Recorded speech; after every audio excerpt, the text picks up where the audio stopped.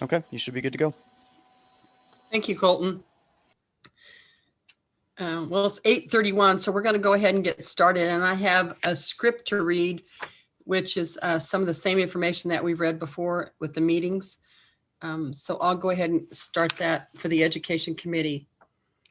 Hello, I am Patsy Zeller, and I serve as chair of the Education Committee of Kansas State Board of Nursing. I ask the members of Education Committee to respond to a roll call signifying they're present at this remote open meeting via Zoom and YouTube.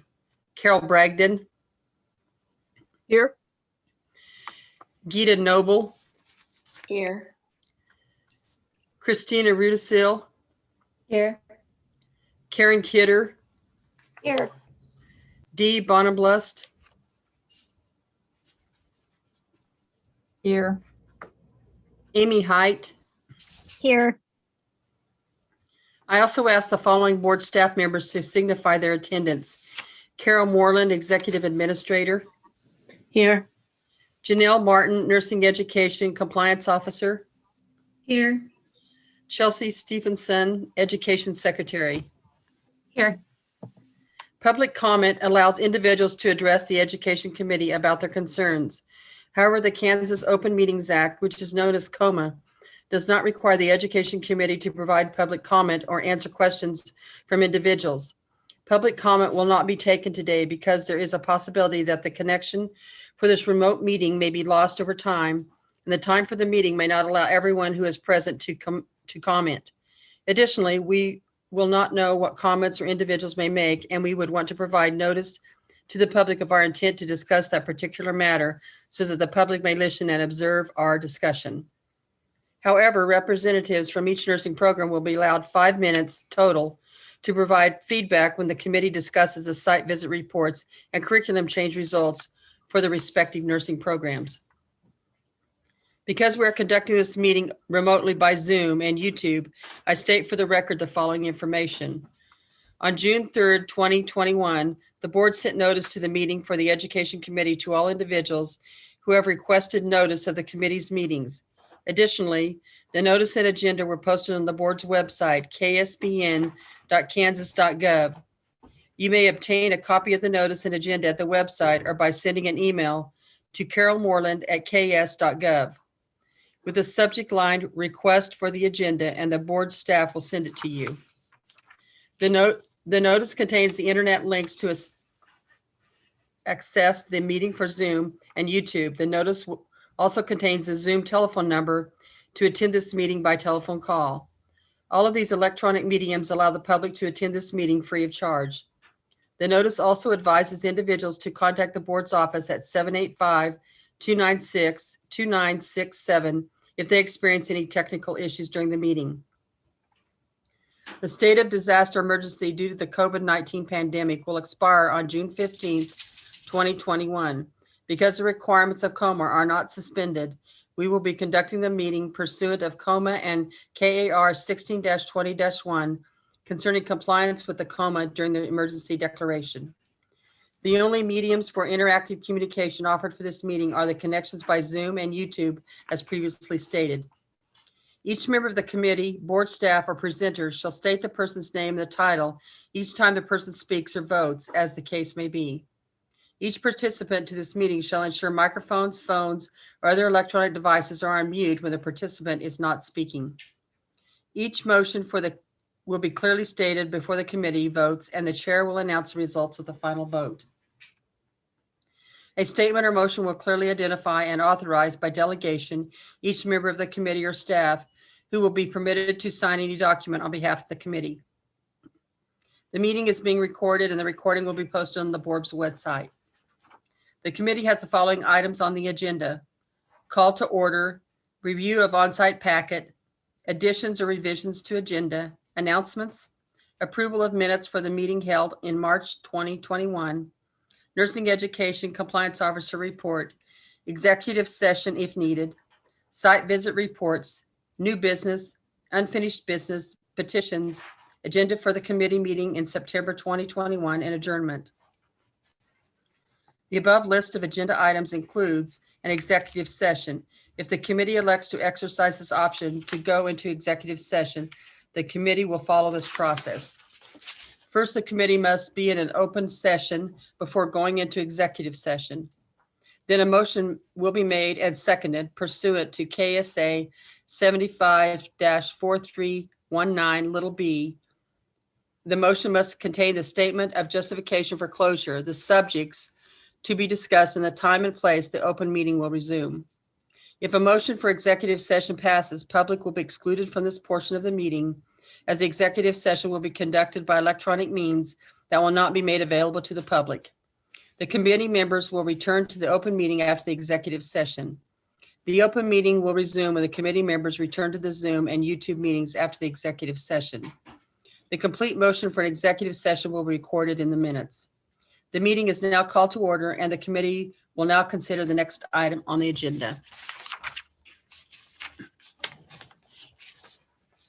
Thanks for bearing with me with that. You guys could probably recite that by now, right? After several months of hearing that. The first thing we have is review of on-site packet. We have no on-site packet, Madam President. Thank you. Additions or revisions to the agenda. Do we have anything that we need to add? I believe we need to add the executive session where Okay, we'll follow that and see if we have a need for that when we get farther down to the agenda. Thanks for the reminder. Anything else we need to add to the agenda? I don't think so.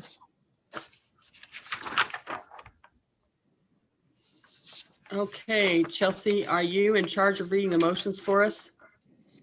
I am. We actually do not have a motion to approve the agenda. We don't need that. So we can Okay. just move right along. Since we're not amending. Thanks. I saw your mute was on, so okay, you're right on the mark. Okay, next thing, announcements. Carol, do we have some announcements?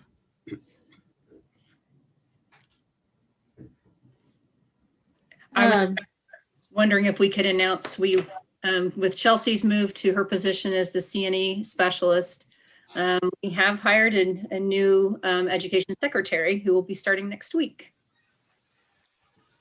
So Chelsea, does that mean you won't be helping us out with our meetings anymore? I will be here in September to help transition Michelle. Yeah, that sounds great. It's But great I'll to still peek in. For those of you that help run Zoom meetings or in charge of Zoom meetings, the people behind the scenes that don't really do a lot of the speaking in the meeting. They're the people that keep this thing running. Colton, I don't know what I'd do without him. He's very gracious. I asked several questions over and over. He helps. Thank you. And Chelsea, the whole staff, a great help. Any question we have, they'll help us answer. But I do appreciate that. It makes it a lot easier to get up and turn the computer on and get this started on the days of the board meeting. So I appreciate it. I just want to mention, we're going to talk about it tomorrow at the board meeting, but Carol, some members that are going off of this committee, I'm kind of throwing this at you. I know Carol Bragdon's term is up. She's going to be off of this committee. Yes, Carol Bragdon will be going off. I'm sorry, let me get my list here. Because actually the committee members will still be here in September. Okay. So this really isn't the committee members' last one, but it is Carol's last one.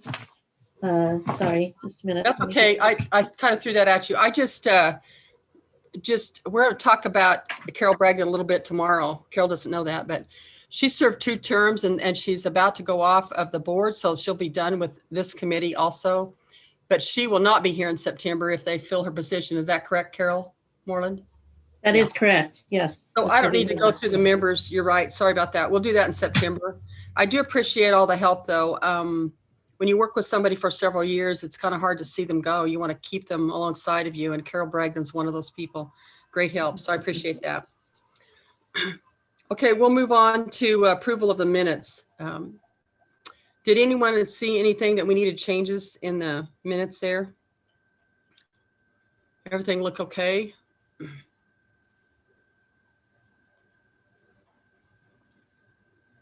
Hearing no opposition about any changes, Chelsea, I'll let you read that motion. I move to approve the March 2021 Education Committee minutes as drafted. Sorry, is there a committee member who would like to make that motion? I'll make that motion. I will do so. So we have a motion. Do we have a second? Who'd you get down for the motion, Chelsea? I heard Carol Bragdon. Okay, so Karen, would you like to second that? Thank you. Absolutely. So the motion is second. Any discussion? Everyone in favor say yes. Yes. Yes. Everyone opposed say no. That motion carries. Okay, thank you. The next thing we have on here is Nursing Education Compliance Officer Report. Okay, this is Janelle Martin, the Nursing Education Compliance Officer. I have just a brief report this month. We did have some changes with our nursing programs. Colby Community College has a new program administrator, Michelle Bliss, who has been there as an ADN faculty, has been named the new director for Colby's nursing programs. She's been with Colby since 2015. Manhattan Area Technical Colleges, had an interim program administrator, and they have a new program interim administrator, Kim Davis, who took over in May. She will be there at least 18 months unless they find a replacement for her. She has also been an ADN instructor, so has been with Manhattan and is on board. Just a note, I put a note in for the Kansas Nurse Educator Conference and Clinical Teaching Institute. That will be in July. It's a little bit later than usual, but they are actually having that in person.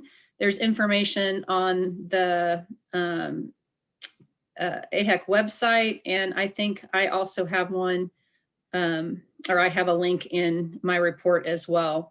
Priority pricing is until July 21, and I just wanted to make that. There's some really good information. It's going to be held at Newman University this year. Just a reminder, site visits have still been done virtual up until now.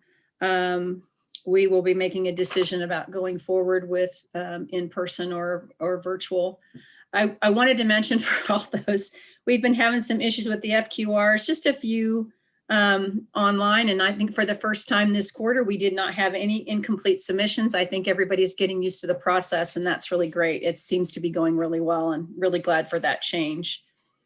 The other new thing is our new annual report survey template launched in April, and we have had great response from all of our administrators. Very few questions. They've been doing just great. We've had a couple glitches that have been fixed pretty quickly. I'm glad to say that. And we still have some submissions. Those are all due by June 30th, but it seems to be going very well. And I just wanted to mention, I'm working on the nursing program administrator update for September, and any agenda items that might be suggested could be sent to me by August 1. If there's already topics that have not been presented before, I'm going to put out a call for that as well. So I think everything else is in the report, and unless anyone has questions, that is all I have this morning. Any questions for Janelle? Okay, thank you for that report. We're just going to move right into site visit report. And as stated in the introduction piece that I read, each school that is on the site visit report has 5 minutes after we have given the report, as Janelle has read some of the final parts of the report, and they will be given 5 minutes to be able to speak to the committee. And Colton is going to magically make that happen for us. So the first one we have on the agenda here is Colby Community College. Okay. We did a site visit with Colby Community College's ADN program in conjunction with ASIN on February 15th through the 18th. Patty Zeller and Carol Moreland were and myself were the site visitors for that. It was done virtually. This was a reapproval visit following a focus visit last October. Some of the strengths identified, the administration support for the nursing program and President Carter's knowledge of grant writing has been very supportive for the program. And the ability of the administration and leadership to focus on priorities and make tough decisions. They had to stop the satellite program and part-time programs to really focus on kind of the one thing at a time. Support from the college for professional development for their faculty has been considerable. There have been many revisions and improvements made in the program. The systematic evaluation plan, which had been an issue in the past, has seen much improvement. And subject matter experts from Citizens Medical Center, which is their local hospital, have been tapped to assist with didactic content for students as guest lecturers, and they have found that to be very, very helpful. Some opportunities for improvement. There still have some communication things between the school and Citizens Medical Center, which is their biggest employer. Staff are often unaware when students come for clinical, and they seemed unclear about objectives and expectations. So there's still some need for improvement there for more partnership and collaboration with those two groups. Students feel like there could be better communication. They're aware of the expectation. They need to be more aware of the expectations of the program and how they're doing in the program. Simulation Center, there's been a lot of purchased equipment and mannequins available for simulation. However, very little is used for actual simulation, primarily being used for checkoffs. There's a lot of opportunity there. The employers are reporting that graduates are not as strong in their application and critical thinking. Maybe some room for some improvement in that area for their curriculum. They don't feel like they're as prepared as other ADN students have been when they start work. Preceptors evaluate students utilizing a preceptor assessment form. We have discussed before, this has been an issue. The Nurse Practice Act is clear that faculty need to be doing evaluation, and so need to be relooking at and I believe they are already looking, and we've talked with them about the preceptor information and the role for preceptors and to take the evaluation. They provide feedback and not evaluation. We did have some orientation checklists missing for the preceptors, and just so some improvement in that process to make sure all the needed parts are there. We didn't get from the from the clinical sites and employers that they are getting the feedback evaluation programs from the forms from the program. We were told that there were clinical facility feedback forms. However, we were not able to see any at the time of our visit. It was reported from students that most lectures are from Elsevier PowerPoints, and they feel like they're being, that they may not be as effective as if the faculty could create their own and had some other methods of teaching besides from the PowerPoint. Students report they feel like they teach themselves from this program instead of learning from the faculty. Job descriptions, onboarding process, need to make sure that KSBN required documents are completed and that faculty who don't meet requirements have higher exceptions and are in faculty folders. The systematic evaluation plan, there's an opportunity to include the end of program student learning outcomes and how they're being achieved. Make sure the students have an opportunity to evaluate their preceptors, clinical sites, and curriculum, or in other words, all aspects of the program. Just noted again, the pass rates for the last several years have been low. We did see an increase in 2019, and 2020 is above the 75% standard that KSBN currently has. So there has been some improvement there. From that, the recommendations at this time are to review and revise the Nclex improvement plan as needed to maintain Nclex pass rates above standard for at least 3 years. And we would like, or recommending submitting updates for that plan every 6 months until that recommendation is met.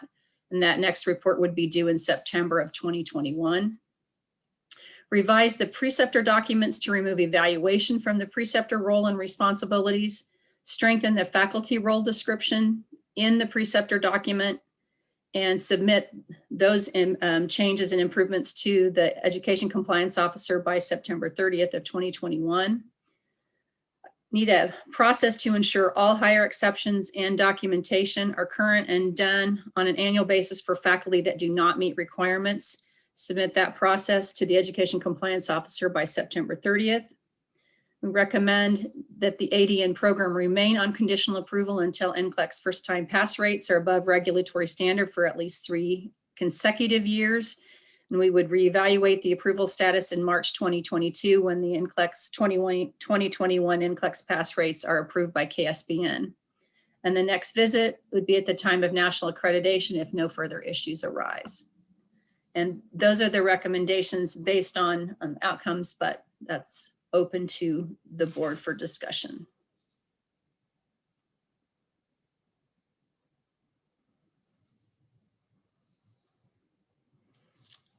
And I don't know if Colton is able to get our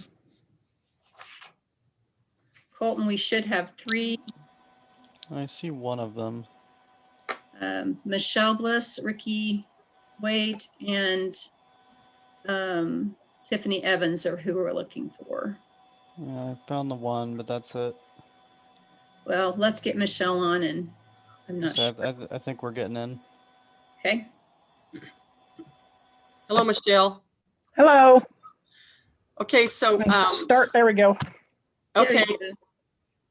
I apologize. I'm 5 days post-op tib-fib fracture surgery, so uh-oh, having a rough time right now.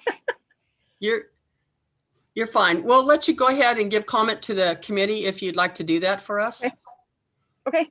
Some of the things that you guys kind of talked about with the sim lab and the sim mannequin and stuff like that, we have actually hired an expert to come in this summer to help us start setting up simulation stuff for the students for next year. We did do a simulation at the end of the year that the students really seemed to enjoy. And I did send that evaluation to Janelle. So if you guys have kind of seen that. We also have the simulation company coming back in to show us kind of the ins and outs of the programs again, just to refresh, since we do have a couple new instructors that are going to be using that. We're looking at hiring another PN instructor right now. And so kind of getting that started again there too. We do have a curriculum. ATI is working with us for curriculum, and they're also working with us for student learning outcomes, and just trying to make sure that we're kind of getting all of those mapped back like that we need to. And we're using more of the wording of feedback that you guys had talked about with those preceptor forms. So all of those forms have been changed to say feedback. And then we've also added to that form that the faculty is part of that feedback. And then they sign that they have talked to the preceptor and they've talked to the student and kind of know how that preceptor day went with them for those. With the PowerPoint stuff, our instructors are going to try to go to some webinars and stuff this summer because they're really interested at possibly doing flipping the classroom. And so we want to get some of that educational process behind them so that they can kind of learn how to change that, get more critical thinking activities and stuff like that in the curriculum also. And so we're kind of working on those this summer as well. Communication with CMC, we started setting up meetings. We're doing weekly meetings with those guys. We'll actually start again in July so that we can start giving them the information that they need for the next year. We give them a folder at the beginning of the year that'll have the syllabi, the outcomes, kind of those expectations that we have for our students.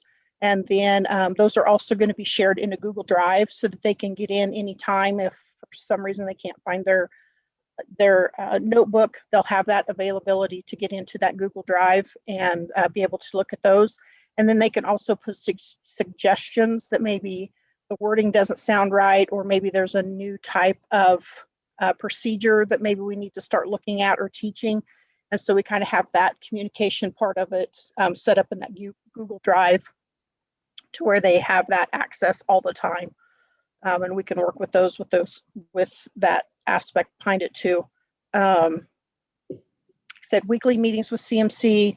We're again going to visit with them, give them our calendar so that they know kind of what subjects areas we're teaching at the time, and then use those experts, guest speakers or instructors to come over and talk. I know we've already talked about having one come over for breastfeeding, postpartum complications that they see pretty often.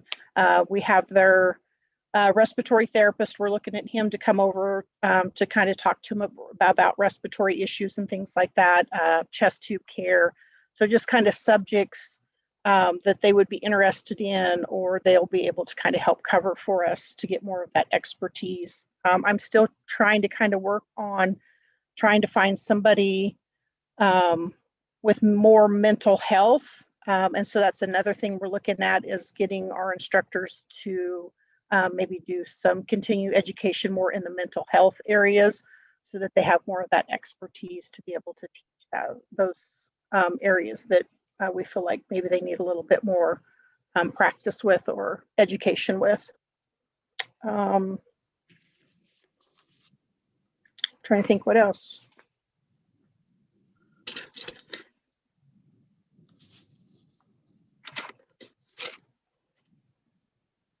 With me just getting started as a director, my plans are kind of to reach out to other directors. They did assign me a director mentor yesterday that's going to kind of be my go-to, but just kind of start setting up goals that we want to get done, and then kind of knowing when everything's due. So I know like the report is due the end of June, and so I'm trying to really get all of that data gathered right now. And Tiffany Evans, our academic student vice president of student academic affairs, she's going to be really good resource. And then I'm also going to use some other resources on campus like our IT, and we have an instructor that likes to do a lot of data, and she's going to help me maybe set up some sort of programs that help us make it a little bit easier to gather some of that data that we're going to need throughout the year for those reports and stuff like that. So just kind of get that continuity of when things are due, when I need to start working on them, getting that kind of ahead of time so that I'm not working at the last minute to get stuff done.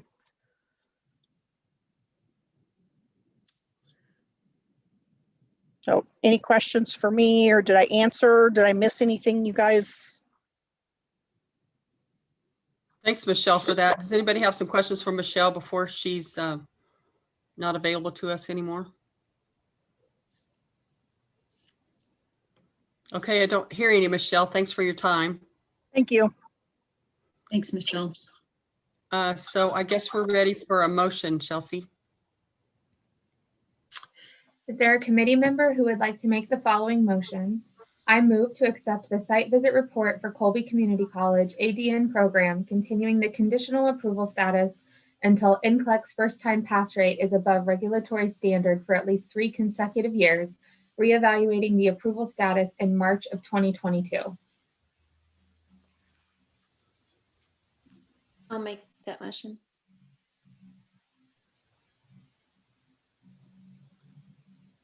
I have a motion. Do I have a second? And I will second that motion. Devon and Blessed. Motion is second. Any discussion? This is Carol Bragdon. I have a question. Janelle, as I understand the recommendations, it would be there would not be another site visit until the time of national accreditation. Is that correct? If anytime there would be an accreditation visit, if everything gets, if all the other things get fixed, then we would leave it on the schedule for accreditation. Do we know when that is? Not at this time.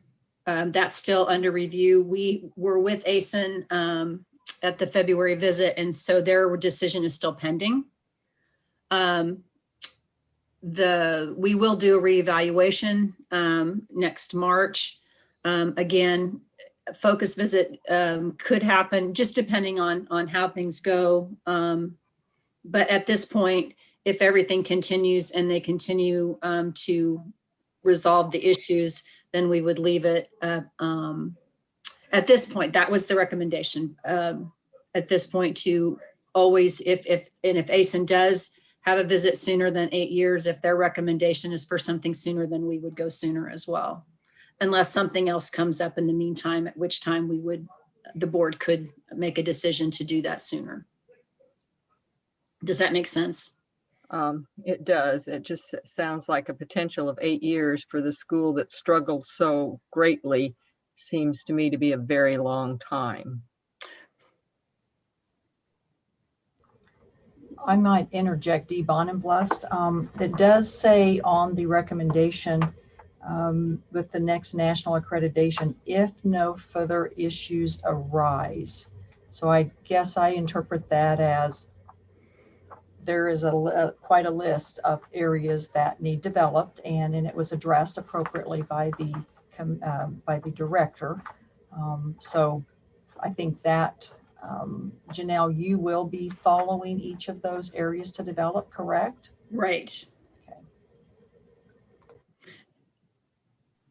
And again, right now, the recommendation is that they stay unconditional. So they're an evaluation. We do have 2 years above standard right now.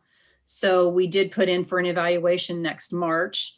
If for some reason that doesn't meet standard, the board could make a decision to do a follow-up visit or some such thing. We also have them continuing on the improvement plan, which we will continue to look at every 6 months. And if any other issues seem to develop from there, again, a decision could be made at any of those points for additional reporting or site visit. So in those follow-up reports, we'll probably get the final decision from ASIN. They'll send that to you, right? So you'll have that. Right. Okay. Which, when is their Board of Commissioners? I believe it's in September. Uh-huh. I don't know if we'll have it prior to our meeting. Their preliminary review committee met in June. And so that committee's report then will go to their board. And I believe it's September. I'm just not sure of the date. Carol Bragdon, do you think it would be a good idea to put this on the agenda for September, just as a touch point for us to just review, that Janelle could give us an update? I do. It sounds like they're making great strides. They've got a lot of issues, but I just feel that they're very fragile at this point. And, Right. Although they are above 75%, that's not much. And that will certainly not anywhere near close to national average, which is where we'd really prefer our schools be. So I think it does bear some very close watching and not get lost under the turmoil of all of the other things that need to happen. Right. Well, we do know that ASIN standard for accreditation is also 80%, and ours is looking at going up again too. So we will need to be watching that as well. So let's just make a note, if it's okay with everyone, sounds like we're in agreement, that we'll put it on the agenda for a September meeting. We will at least touch base. It will be there for a reminder, and we can get a updated report from Janelle. And if we have the Board of Commissioners' final decision, then we can share that. Okay. For ASIN, but because that would tell us about when the next visit was going to be. That's where I'm headed with that, what that would be there. The review panel, I think, has already met for ASIN. I think they met in June, early part of June. So that's already been done. So the next step would be the Board of Commissioners. So that's a good idea. Okay, any further discussion there? Then I guess we're ready to vote. We have a motion and a second. So all in favor say yes. Yes. Yes. Yes. Opposed say no. Any abstentions? That motion carries. Okay, Janelle, I guess we're ready for the next site visit report, Salina Area Tech. Okay. We did a virtual site visit with Salina Area Tech for their ADN program. This was their follow-up after first graduation visit, since they are a new program. Strengths identified, they have great community support and clinical facility support. They were able to continue their clinicals in facilities very soon after the COVID shutdown, although they were not on the COVID units, but they were at least able to continue. They have a really great early alert system for their students. There's actually a committee that will reach out to the student that's made up of different experts that help them if they find they're running into trouble. They do have nursing specific tutors with their tutor.com. It is virtual, but they do have help with the nursing, which isn't always the case for some of the tutoring programs. They have a very nice learning resource center and testing area for the students.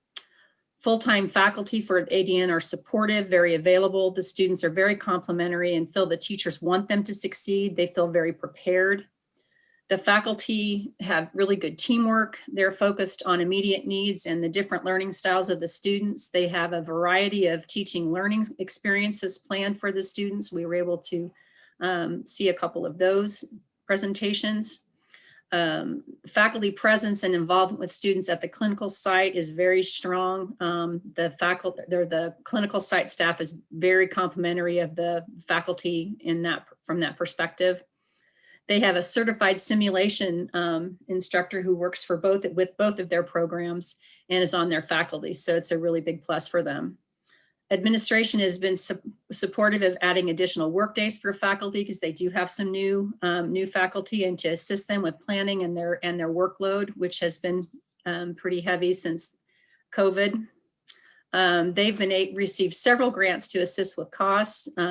Their ADN program isn't currently eligible for Perkins because of how new they are. I think maybe by next year, but they have had other funds that have been able to help. They have very strong Dane Hansen scholarship support, KBOR scholarships, and Salina Regional Health Center has a foundation, and they also assist with their if they have employees who are going to school. So they have a good program for helping them advance in the nursing field as well.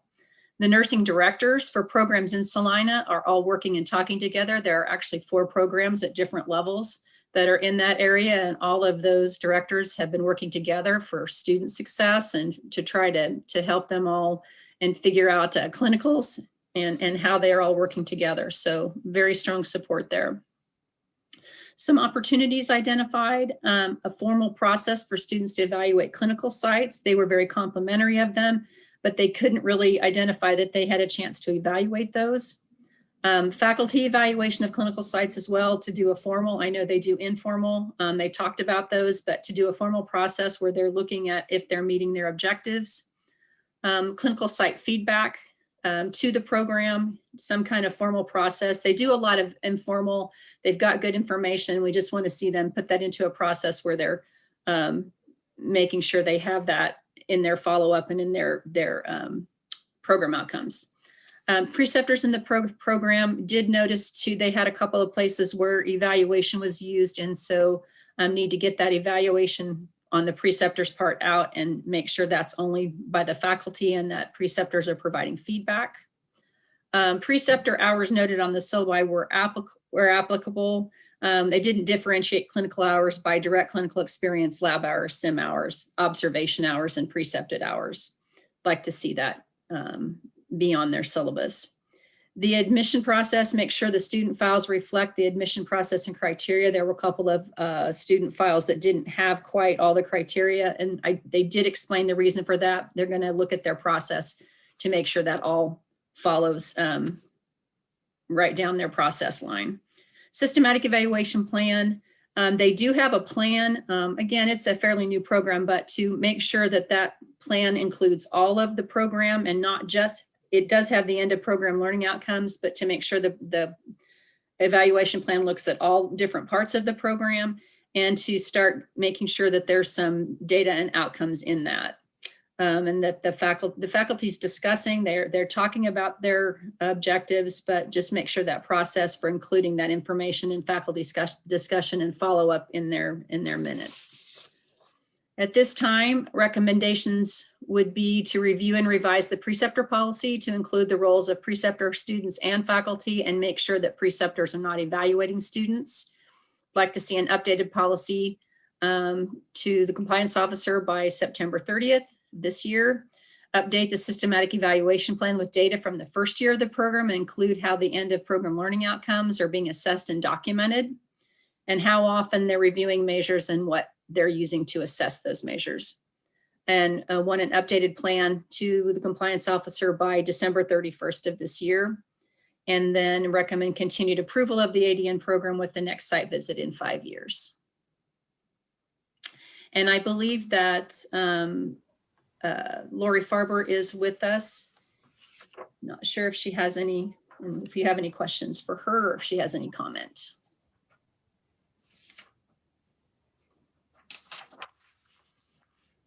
I just moved him over. Okay, see if we can get her on here. There she is.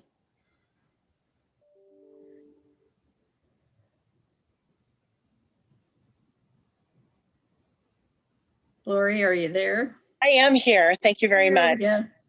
Thank you. Thank you also to Christina for the site visit. We truly appreciate the information, and we are working on those recommendations. And other than that, I do not have any other comments at this time, but thank you again.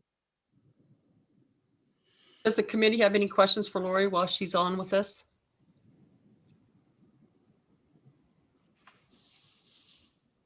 Seeing no hands raised, no questions. Lori, thanks for coming on today.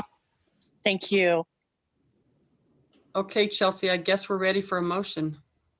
Is there a committee member who would like to make the following motion? I move to accept the site visit report with recommendations for Salina Area Technical College ADN program, reapproving the program until 2026. This is Amy Hyde. I so move. I have a motion. Do I have a second? Karen, and I will second that. Motion is second. Any discussion?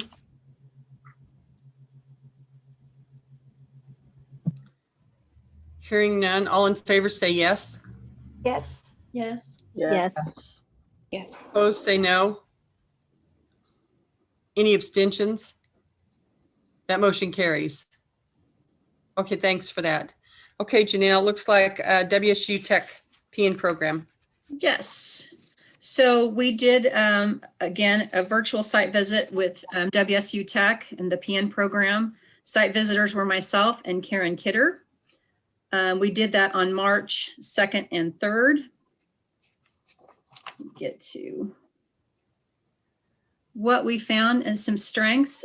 Supportive of the nursing program by administration. They are very thankful and supportive of having this program. Leadership feels that the nursing program is very supportive of second career students and students with challenges who've had challenges in the past. They're very student-centered. They have both day and evening programs to try to help reach all of those students and feel like they're unique in that respect for those students. They have a very strong, enthusiastic nursing faculty. They have an amazing simulation hospital, well supported by the college and the program. They have a director for simulation. She has an assistant clinical coordinator who actually was a student of a simulation tech who was a former WSU Tech student. The students are very engaged and they feel like the simulations help them be much more confident in their learning. And they were able to do a simulation for us while we were there and talk about it. The students were very vocal and very engaged in the process. The faculty feel and say that they really feel they truly change lives with this program. They have great support for their students as well as other faculty. They have lots of good professional development opportunities. They have a library that's very student focused. Their librarian who's very up on nursing resources to help them. They have a strong learning services support that's available to all students, including the nursing students. So it's not just nursing, but for everyone. They have an academic coordinator that keeps very thorough records, including tracking tutoring experiences. So all the plans that the students have for if they're on any kind of improvement plan or success plan, they're tracking all those experiences for the students and the tutoring. And much of the tutoring is done by nursing faculty. They have a dedicated nursing advisor and academic coordinator to help the students through the admission process that's very specific to nursing. And they have strong clinical coordinators. So she's doing all the coordination for their clinical, for all their students throughout the Wichita area and keeps track of that meticulously. Some opportunities, again, clarifying the preceptor orientation materials to include defining the faculty, student, and preceptor's roles, the preceptor job description that identifies the criteria and regs, what's needed in a preceptor, and outlines the contact between the preceptor and the faculty for feedback to occur.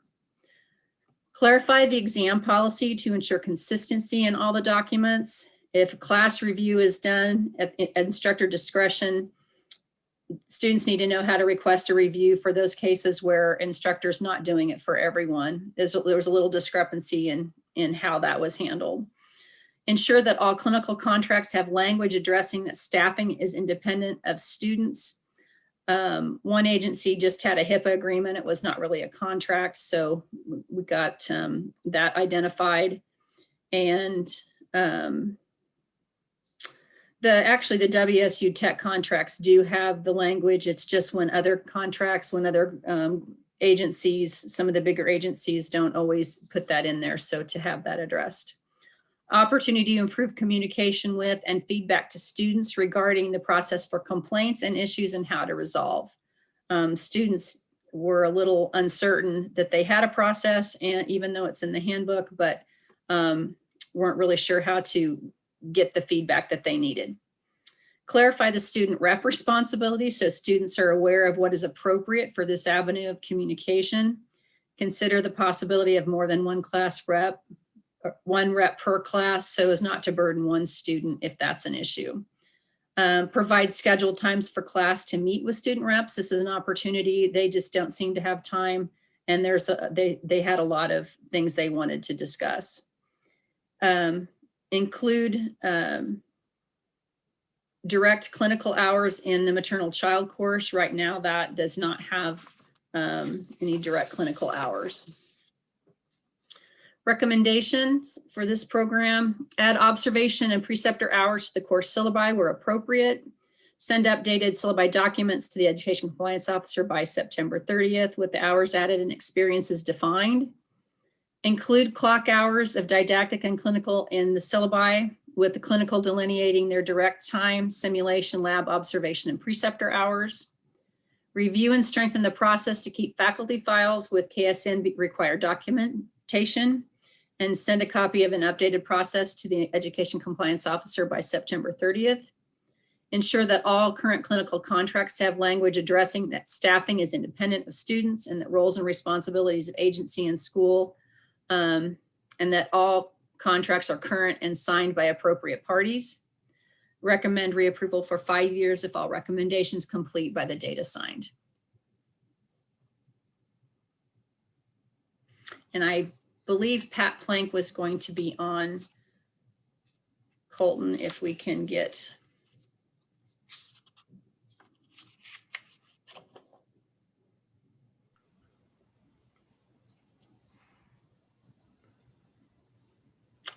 There she is. Good morning, Pat. Morning. I really don't have too much to add. We're working on the issues that were identified and getting those lined out. The one facility that had the language issue regarding supervising students, I have visited with them.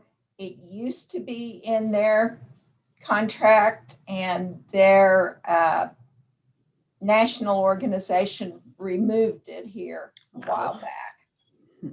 So they are in the process of getting that re-added for us. So I found that somewhat interesting that not everyone would want that, but it is they are owned by a more national company. So other than that, I don't really have a whole lot. We're just working on getting the reports ready to send back in by September. Okay. Does anyone on the committee have some questions for Pat?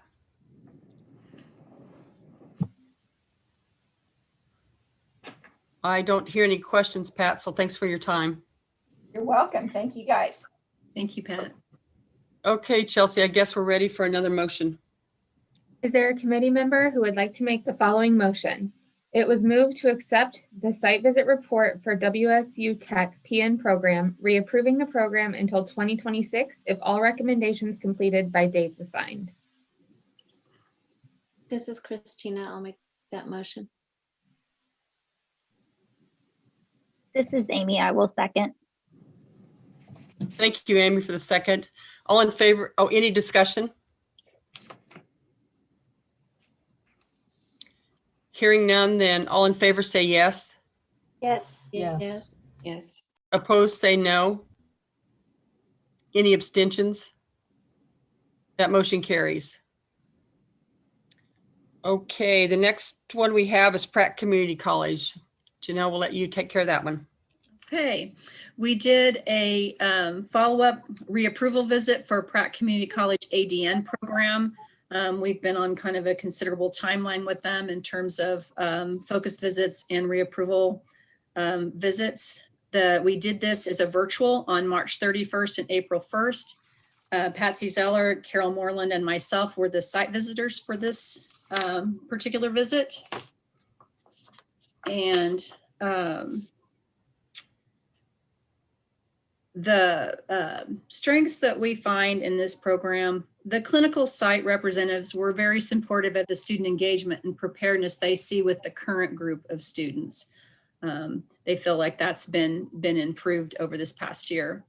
The Board of Trustees has remained very engaged and continued to advocate for the the ADN program. They're very supportive and very engaged. The simulation facility on the Pratt campus and their simulation resources are good. The students reported that they feel faculty are available and supportive of their learning. They do have a dedicated nursing admissions person who does help keep information. There was some issue with kind of different information getting to students, but they've been able to keep that consistent and help with that communication. They have plans to move the advising for the nursing students back to nursing faculty. That got moved away in a decision a while back, and they feel like it will create stronger relationships with the students to do that. And faculty support of the program was also a strength. We do have some opportunities for improvement, and you might have noticed in your site visit report, I will say this as I go, but items in bold that I put in the report or that were put in the report are also things that have been cited on one or more previous visits in the last 5 years. So to start with, it was somewhat confusing. The self-study report involved both PN and ADN information when this was just an ADN visit. So it made some things unclear about which program was being referred to and had to do there were several incorrect and conflicting references in the documentation. Some of them we got straightened out and others still were a little bit unclear at the end of the visit. The self-study does not match what is being done with preceptors in the ADN program. It was completely different from the self-study to what we saw in the documentation. The preceptor's role and responsibility in the guidelines document says they evaluate. Nurse Practice Act is clear that faculty are responsible for student learning outcomes and evaluation in the clinical area. So that needs to get changed. Preceptor experience for capstone.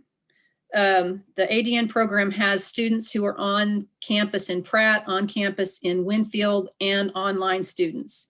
So though it's one program, it's kind of being taught at basically three different campuses.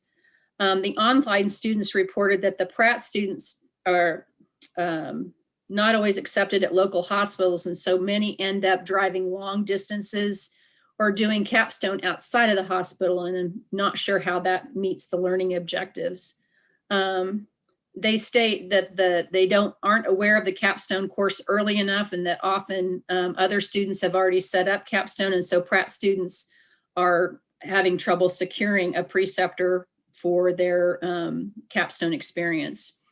So an opportunity might be to start working on those placements sooner if they're expected to find their own, or to help them in identifying places where those could be done and working with those facilities.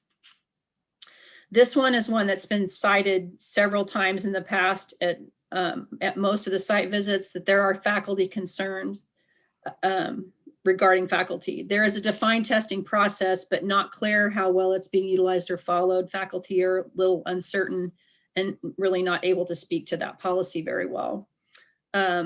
Faculty is also not able to speak to the evaluation process for the program. It appears program changes are really not data-driven. We're not seeing the data. Faculty workload. Instructors are teaching all content in the program. So although a second ADN faculty was hired, they have 2 ADN instructors teaching in the entire curriculum on separate campuses. So there's no sharing really of that resource. Not really leaning on their areas of expertise or providing focus on content development. Sorry,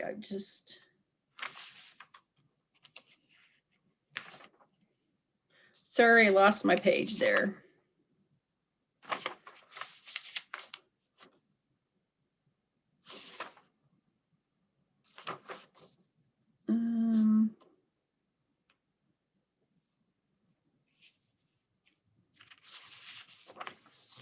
Oh, sorry, it was at the back. I apologize. Continuing for faculty development, their effective, active online learning environment. They need to have more development in effective, active online learning environment, and also in test construction and test item writing. Most of those that they're using are prepared by the book authors, and not really sure that the Bloom's taxonomy issues that or scales that they're using are really reflected in their test construction. Another one that's been cited several times is an opportunity for improved communication with students about expectations, scheduling, and necessary changes that occur in the course of a program. Students often felt like they were getting changes at the last minute and were not made aware of that in a timely manner. Some student concerns. The students feel the program is not very organized and that communication needs help. They feel like there's a lot of miscommunication between student cohorts, and then also with the faculty and the director of the program. They feel like there needs to be more planning ahead for things like the capstone and exit interviews. Online students they were told they needed to be on campus, but the timing for that may not have allowed them time to make arrangements to be on campus in a timely way. Students not aware of the course and end of program learning outcomes and how those are measured, evaluated, how they're being evaluated for their learning. They're not able to verbalize a process for complaints and concerns and don't follow a chain of command. They stated director does not feel approachable, so they tend to go to other places and not really following a path to be able to help those concerns get back to the correct folks. Not doing evaluations for courses, faculty, and facilities. There's been some, even though COVID was around prior to, there's not outcome data being collected.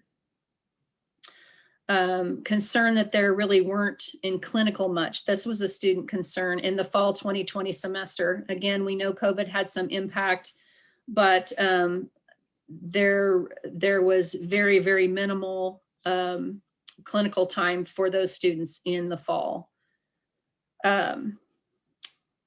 This, again, another opportunity that's been cited several times is clarifying a process to evaluate curriculum.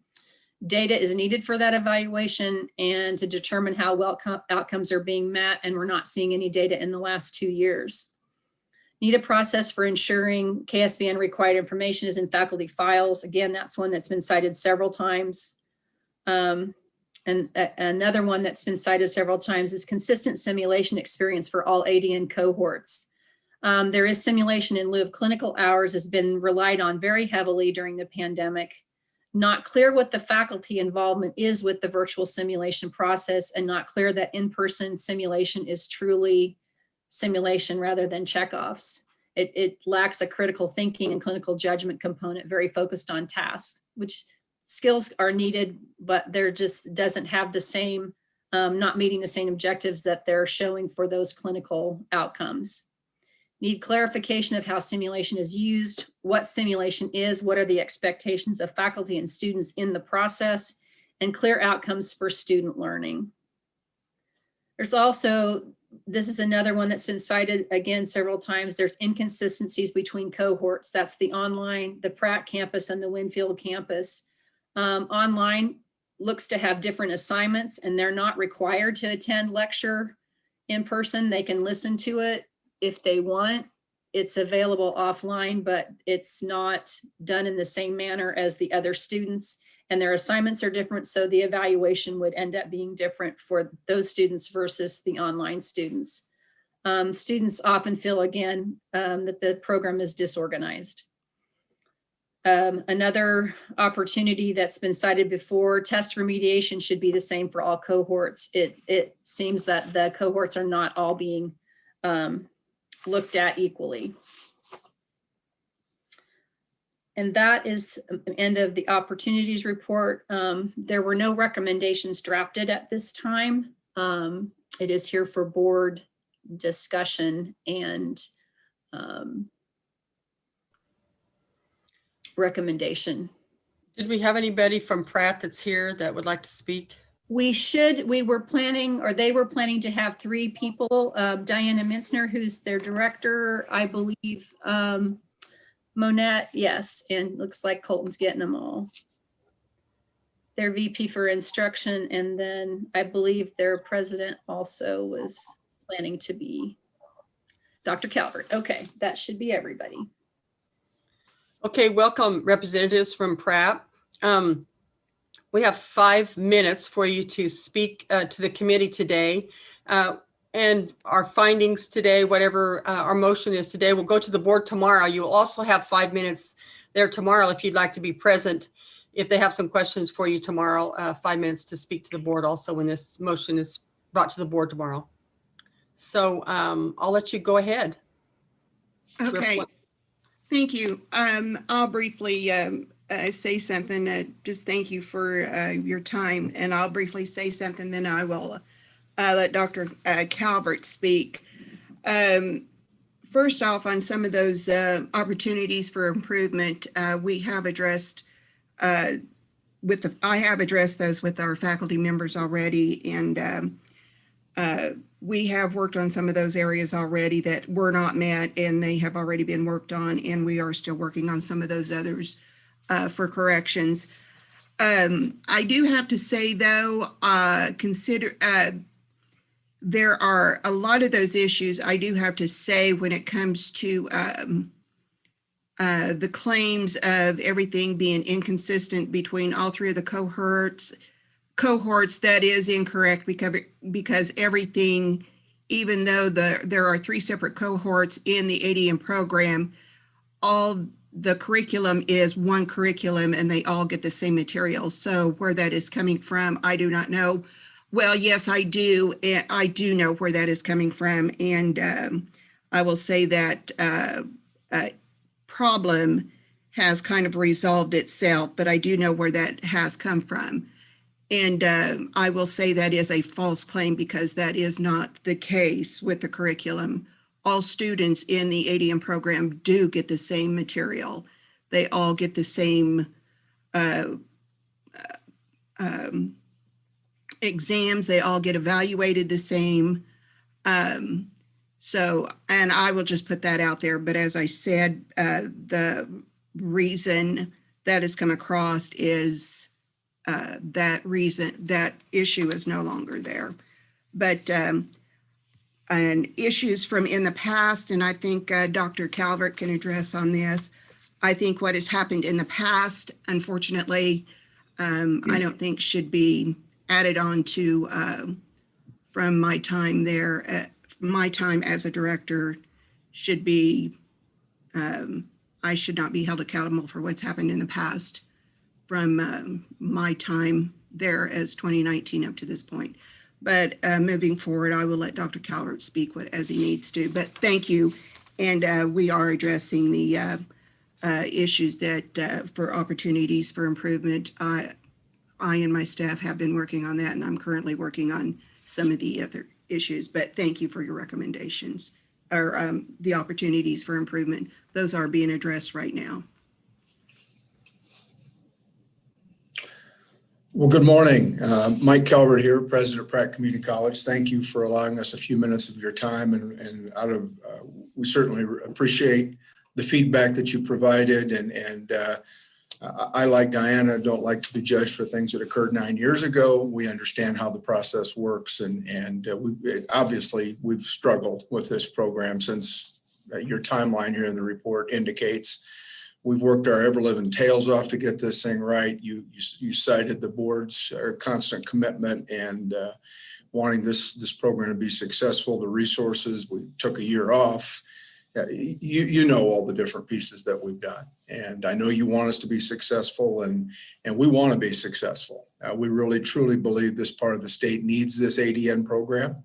And unfortunately, in whatever we seem to have tried, bottom line is we've not been successful on the pass rates consistently. The 83% hit a couple of years ago. We took the year off, missed it by one student the next year, et cetera.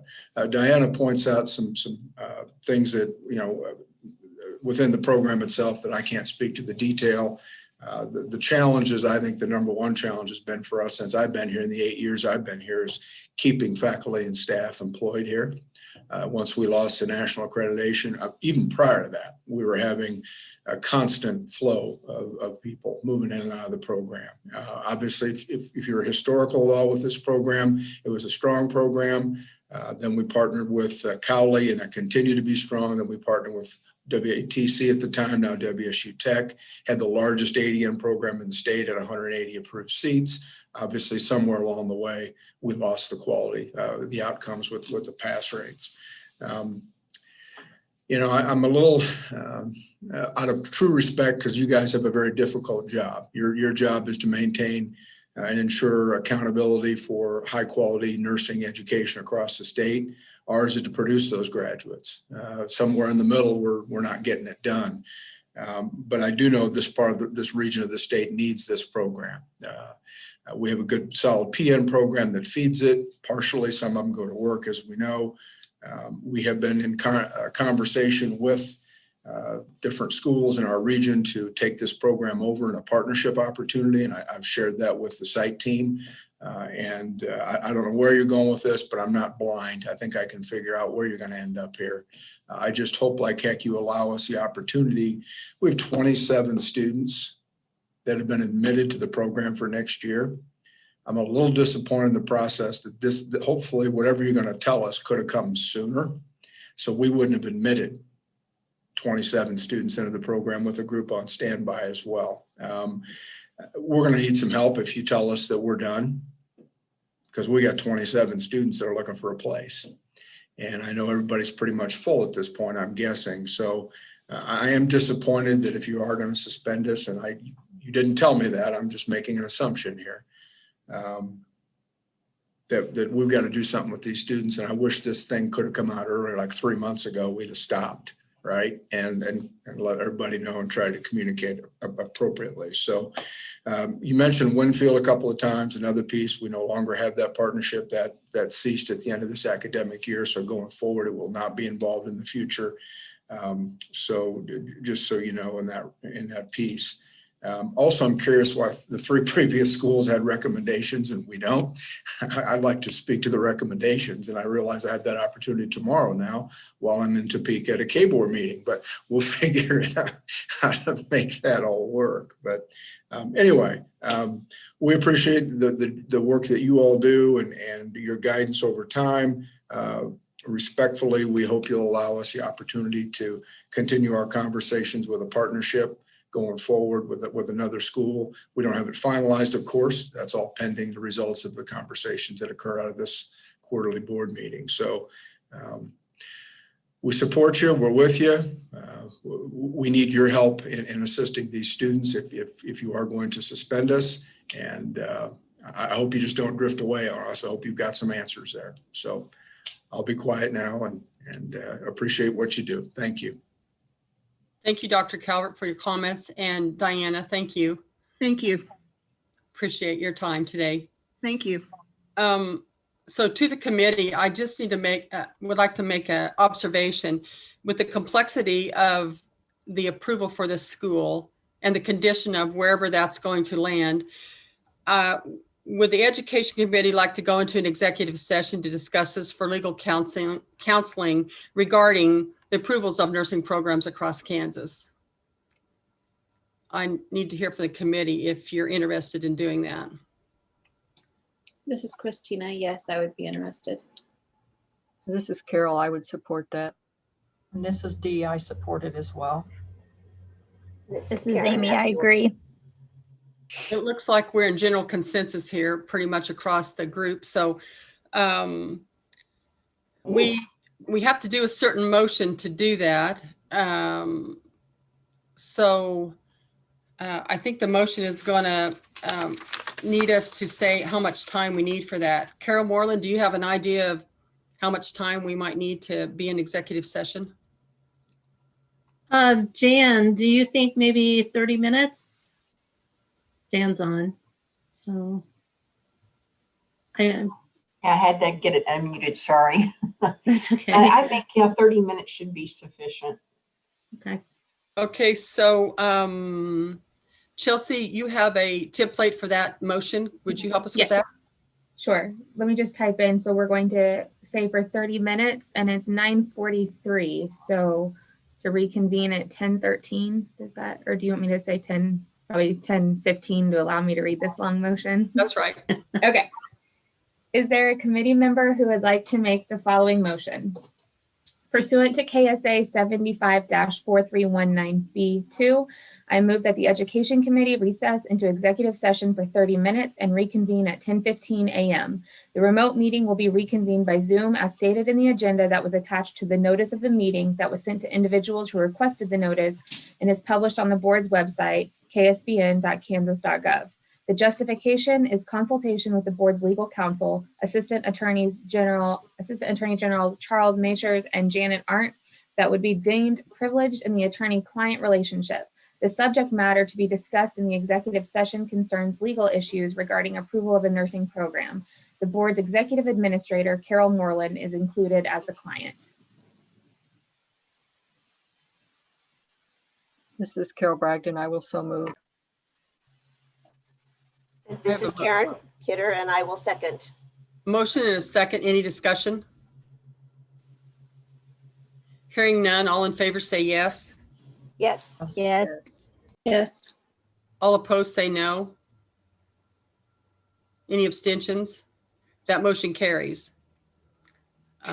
You have been sent a, go ahead, Carol. Okay, I was just going to remind everybody, you have been sent a conference call number. And so what we need you to do is just stop your video and stop your microphone. You can stay connected to Zoom as long as you stop both of those and then call in to that number. Okay, and so we can do that now and be in our exec session. Thank you.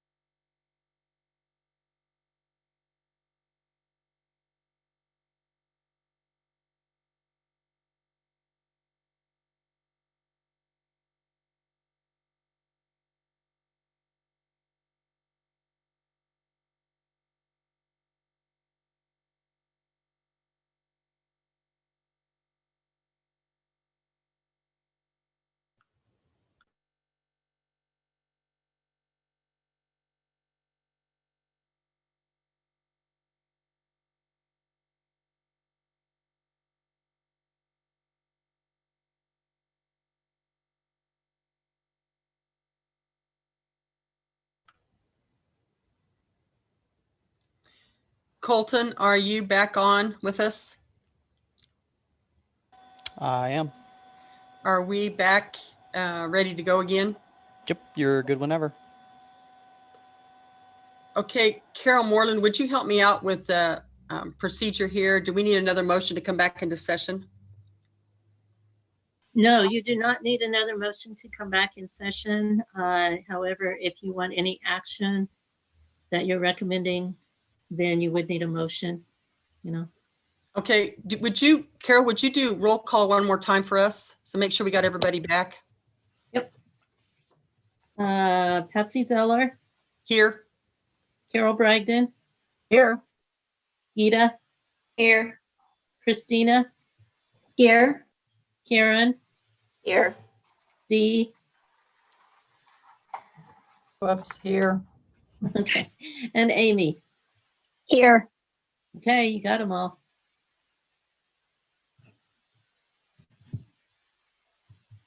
Thanks for that. Okay, the next step here is we need a motion, and then we can have more discussion if you want to do that. And this is in regards to Pratt Community College site visit report.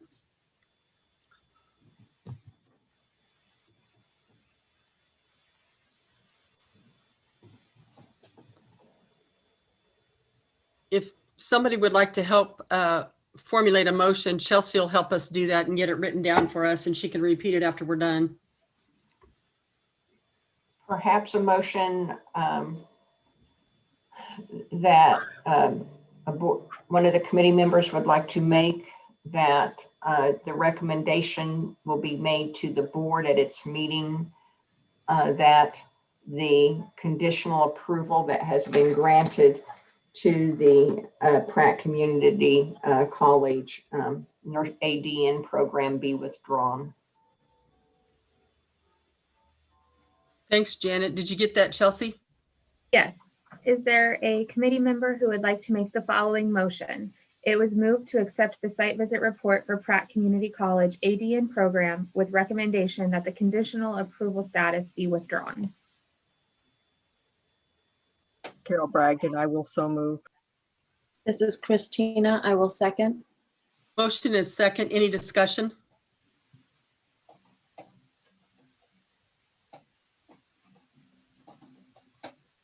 Not hearing any or seeing any hands. All in favor say yes. Yes. Yes. Yes. Yes. Opposed say no. Any abstentions? That motion carries. That will be read at the board tomorrow. Committee members, you're welcome to view the board's meeting tomorrow. You won't be asked to say anything, but you can view the board's work tomorrow if you'd like to on YouTube. So, okay, thanks for that. We're going to move right on to the next piece. Unless we need a break, do we need a break a little bit? Maybe 10, 15 minutes. Tell me what we need. Let's do 15 minutes. So that would mean 10:35, we'll reconvene. Okay, thank you.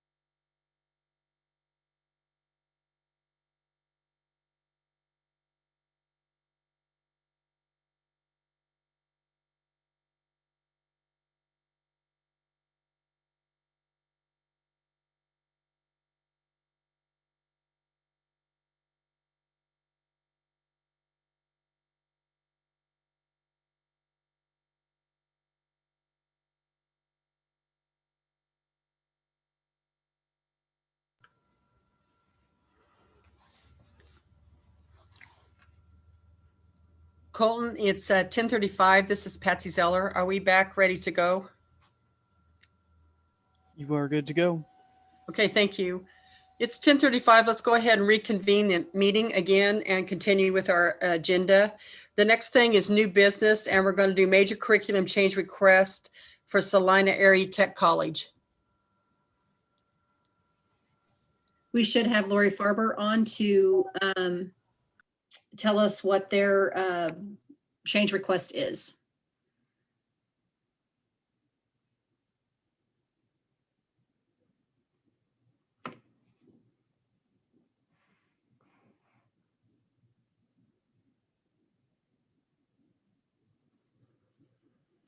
There's Lori. Good morning again. Our practical nursing program is requesting consideration and approval today for a major curriculum change related to IV therapy. And we would like to begin this fall with IV therapy embedded within the program in the manner in which was presented in the paperwork. Does anyone on the committee have any questions for Lori with the documents that were submitted?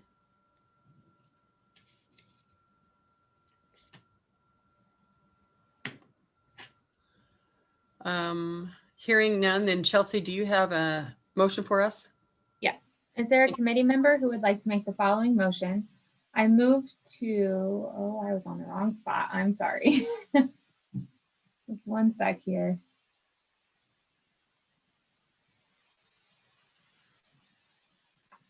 Okay. I move to approve the major curriculum change request from Salina Area Technical College to add IV therapy content to the current core curriculum beginning fall 2021 with no change to current credit hours for the PN program. This is Karen Kidder. I so move. And this is Dee. I will second that motion. I have a motion and a second. Any discussion? All in favor say yes. Yes. Yes. Yes. Opposed say no. Any abstentions? That motion carries. Thank you, Lori. Thank you very much. The next one we have is for Johnson County Community College PN Program. And that person's already with us, so I Christine. believe Christina is on for that. Yeah, I think I've done more major curriculum changes in the last 2 years than I ever have. So basically what we're asking is, because the emergency mandates are anticipated to end at the end of this month, we are still having some effects from COVID. So part of that is our part-time program didn't start in the summer semester like it normally does last year. It started in the fall semester. So because of that, we will have 2 part-time programs and a full-time program. So we're doubling up essentially on our clinical hours, and our simulation person, Rhonda Reddig, who also teaches the pharmacology class, is going to be incredibly busy. So it's kind of a one-off, but it still requires a major curriculum change for us to be able to teach the pharmacology course, our Fundamentals of Pharmacy of Medication Administration, hybrid or face-to-face. It's not something we anticipate continuing, but nonetheless, it would need a major curriculum change to teach it next semester, or in the fall semester rather, sorry. So that's why we're asking for it.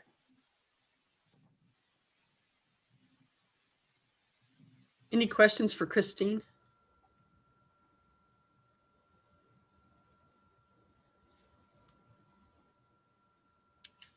Okay, hearing none, a motion. Thank you. There a committee member who would like to make the following motion? I move to approve the major curriculum change request from Johnson County Community College PN Program to offer the Fundamentals of Pharmacology and Safe Medication Administration class as either hybrid or face-to-face.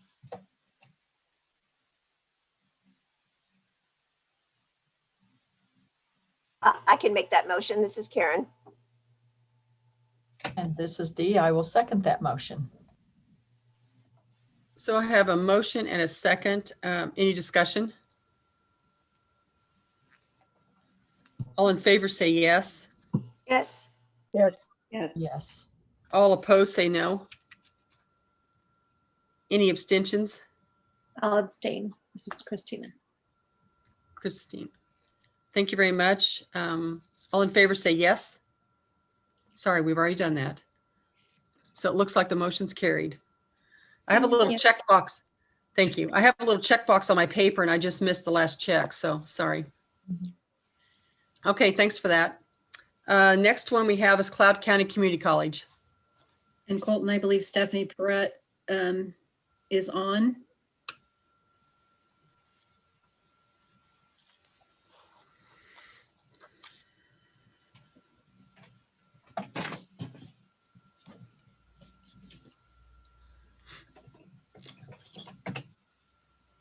There's Stephanie.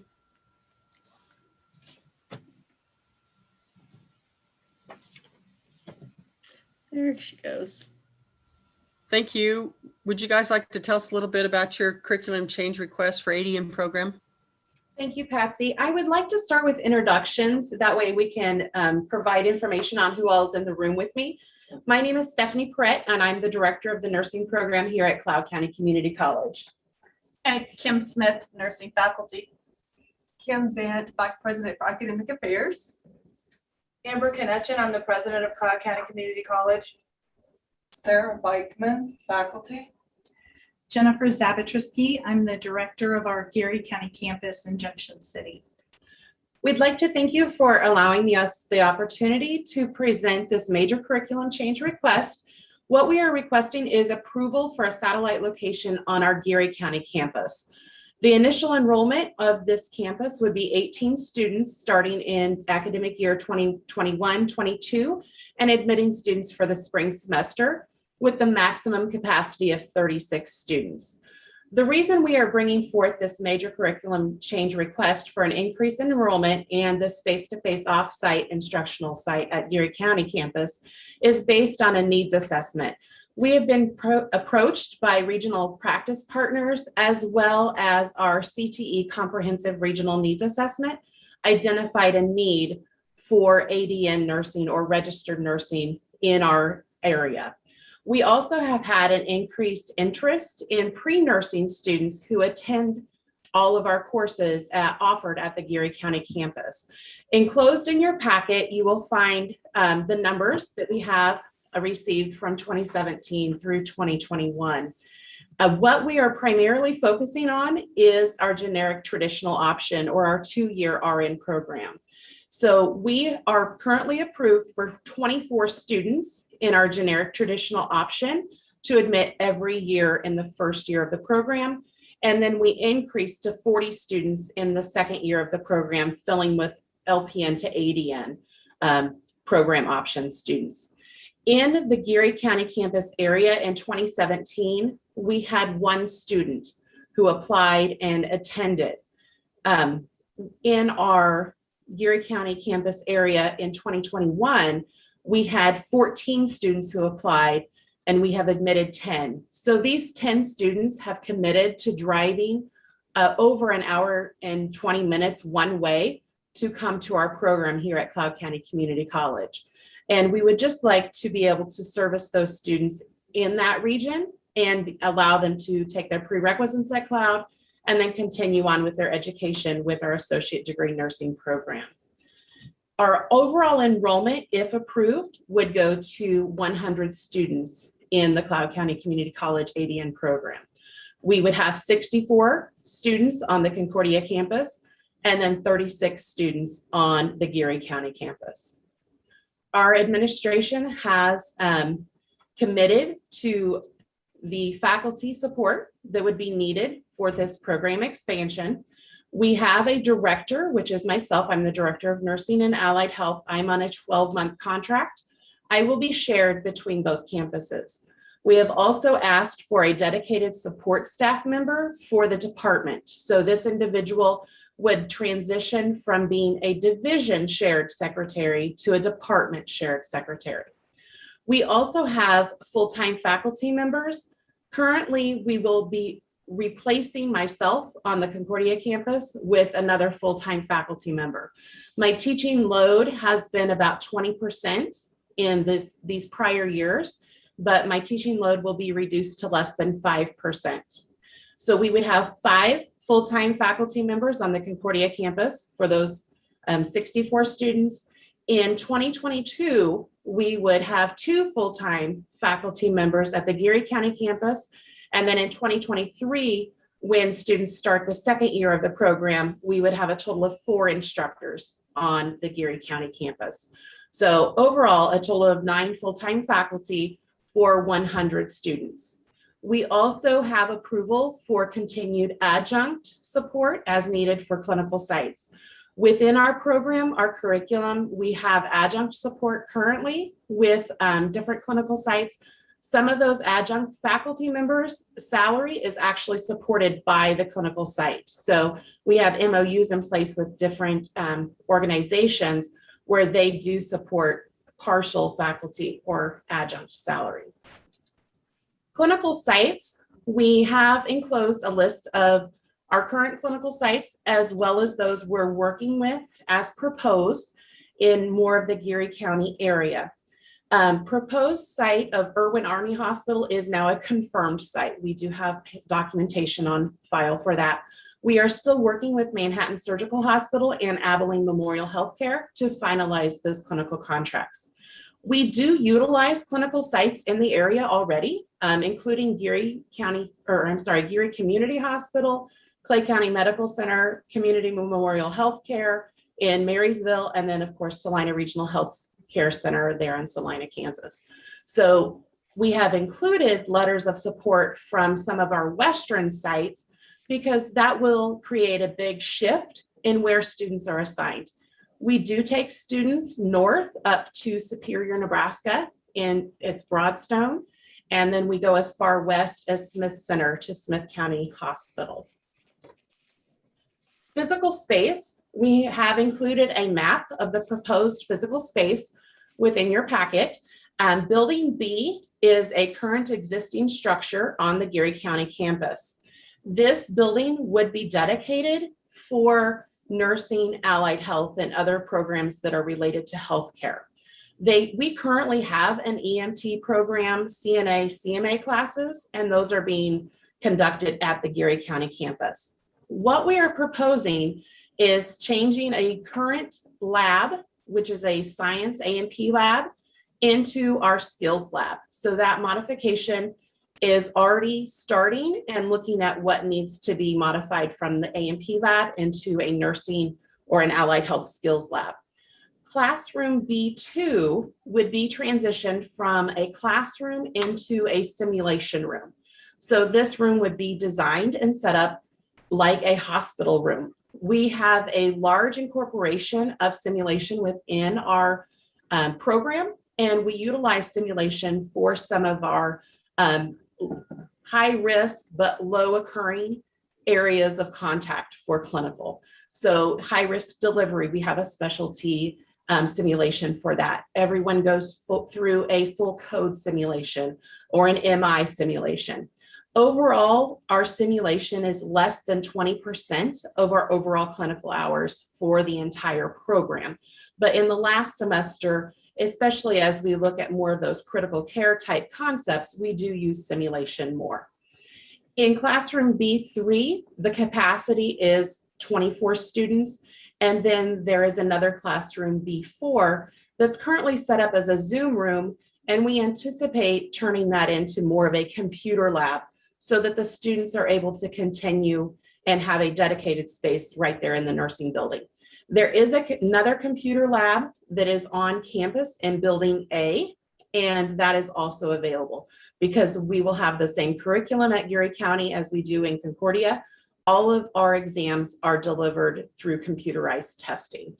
We utilize Canvas as a support LMS, but our classes are taught face-to-face, and we do plan to continue that face instruction with this campus. Our overall projected plan of study is included in the packet as well. As I mentioned, we are wanting to have a spring start. One of the rationales and support for this spring start, students in the Geary County area are very mobile. When we've taken that needs assessment, when we've done different outreach with the hospital, students don't usually stay more than 2 years. If we have a true 5-semester program, which is proposed here, if we didn't use that summer semester, there's a chance that those students' husband or the student themselves might be PCS'd and asked to leave the location prior to graduation. So with this proposed plan of study, the prerequisite semester would be in the fall. Students would start the nursing program in the spring semester, continue through the summer, and then finish in the fall, graduation in the following spring semester. So all of our graduates would be graduating at the same time, whether they're on the Concordia campus or on the Geary County campus. One area that has been identified since the proposal has been provided to KSBN on that plan of study, as we've been closely evaluating our summer semester, you'll find that we are currently proposing 11 credit hours during the summer, and then the addition of English Comp 1 if they've not taken English Comp 1 already. Our faculty have been in a lot of discussion. We don't feel that that would be a load that a student could do during the summer. So what we would have the modification for is continue to have students in Lifespan Nursing 2, and then moving Pharmacology 2 to the second year fall semester. So the first 8 weeks, the students would take Pharmacology 2, and then the second 8 weeks, the students would take Pharmacology 3 for an increase in the overall number of credit hours for fall. But we wanted to make sure there's adequate time for them to have all of the clinical hours that are required and still be able to balance work, life, and other commitments. Lifespan Nursing 2 does have a requirement of 135 clock hours for the clinical component. For simulation and skills, some of the equipment that will be located at the Geary County campus will be relocated from the Concordia campus.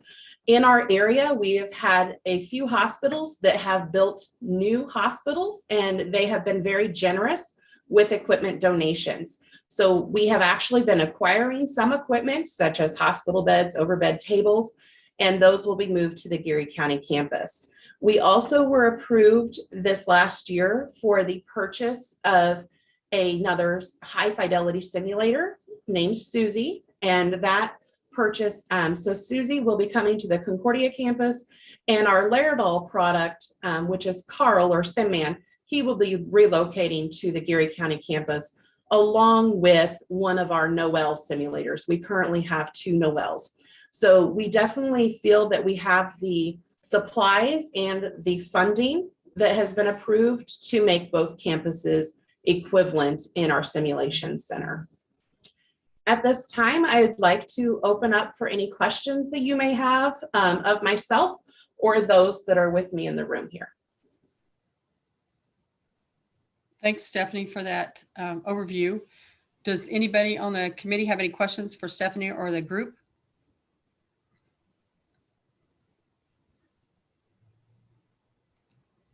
Hearing none. Chelsea, do you have a motion for us?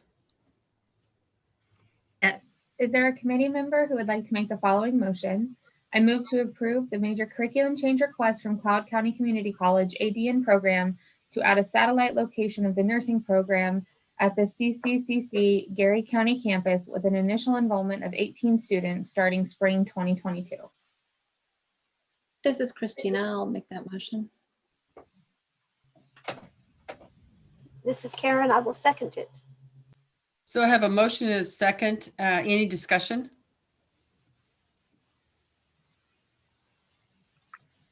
Hearing none, all in favor say yes. Yes. Yes. Yes. All opposed say no. Any abstentions? That motion carries. Thanks for that help, Stephanie. Thank you for your time. The next curriculum change request we have is for Heston College BSN program.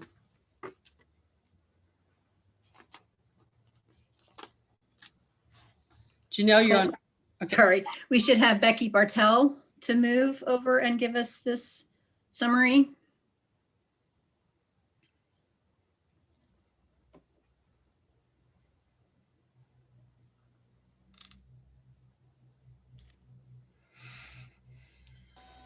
Apologies, computer was being slow. All right. No problem. Thank you. Becky, there you Here's are. Becky. Good morning. I'm Becky Morning. Bartell, Director of Nursing Education, and I have Rita Peters here with me. She is our chair of our curriculum committee, and I'm going to let Rita do the presentation this morning. Good morning. Thank you for your time.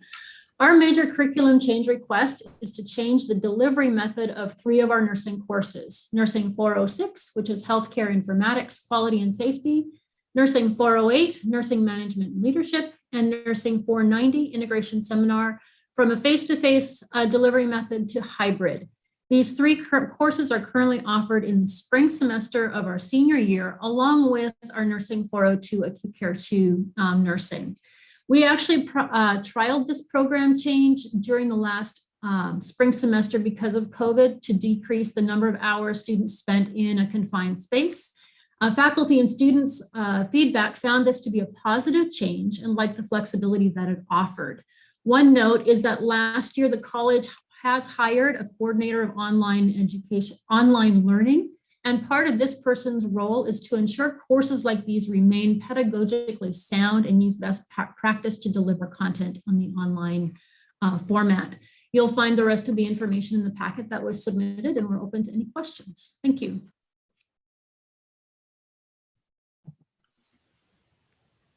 Does the committee have any questions for Becky and Rita? Hearing none, I guess we're ready for a motion. Is there a committee member who would like to make the following motion? I move to approve the major curriculum change request from Hesston College BSN program to change the delivery method of 3 nursing courses in URS 406, 408, and 490 from face-to-face to hybrid delivery starting spring semester 2022.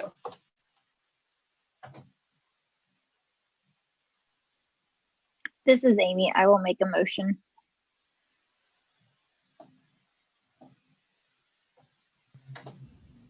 I have a motion. Do I have a second? D, and I will second that motion. Thank you. Motion second. Any discussion?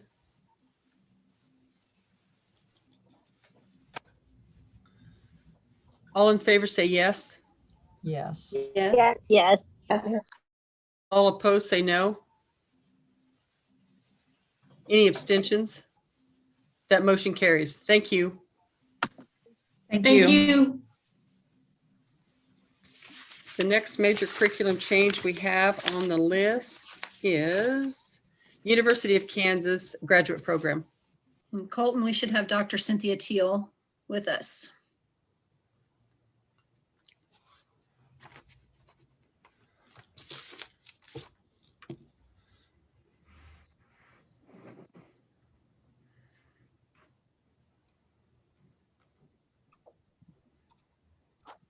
Dr. Teal, thank you. Hi, how's everyone? Thanks, Colton, for moving me over. Our request today is to substitute a new course for a previous course. And the course that we had was offered by Preventive Medicine, and it was the epidemiology course that all of our DNP students have taken for the last several years. More recently, we were fortunate to hire a faculty member who has extensive experience in epidemiology. And so we took this opportunity to develop a course offered within the School of Nursing. And it will continue to be an EPI course now entitled Principles of Clinical Epidemiology and taught by Dr. Francis Young. And all of our DNP specialty students will be taking that course instead of the previous one. So questions, happy to answer any questions. Does the committee have any questions for Dr. Teal?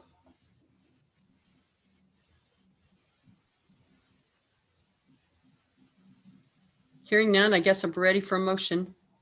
Is there a committee member who would like to make the following motion?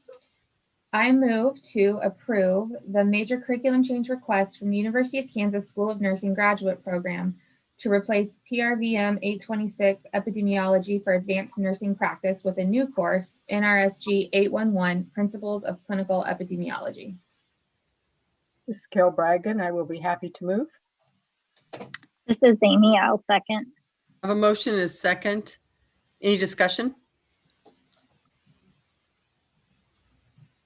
All in favor say yes.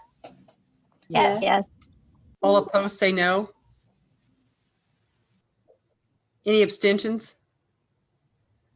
That motion carries. Thank you, Dr. Teal. Thank you.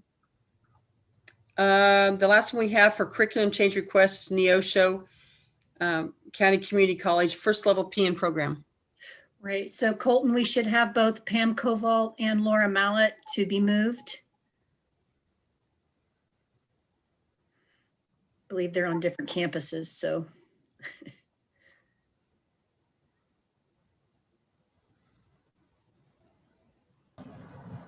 Laura.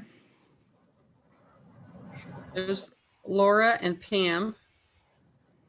Good morning.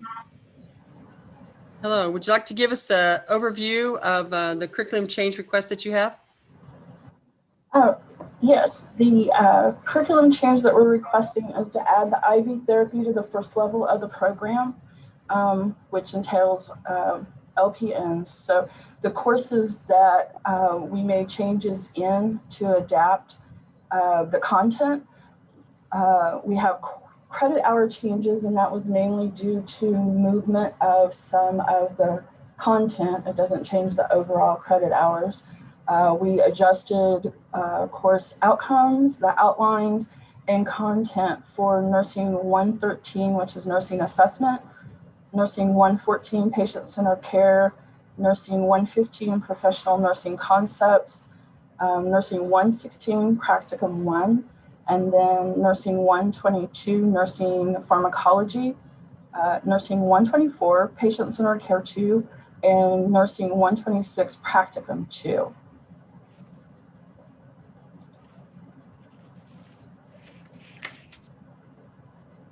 And everything should be in the packet that we submitted and open for questions. Committee, have any questions for Laura?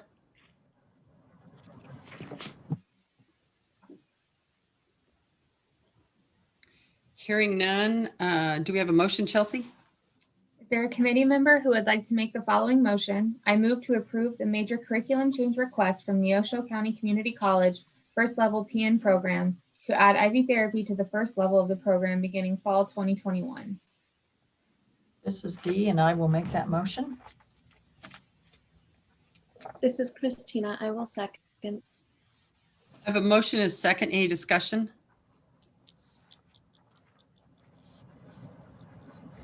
Hearing none, all in favor say yes. Yes. Yes.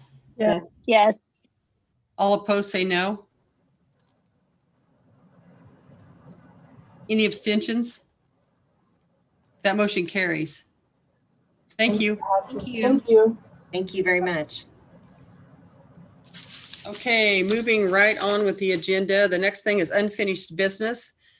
Site visit task force, a follow-up report with algorithms. Who was going to talk about that? All of us? Do you want me to kind of? That'd be great, Carol. Thank you. Thank you.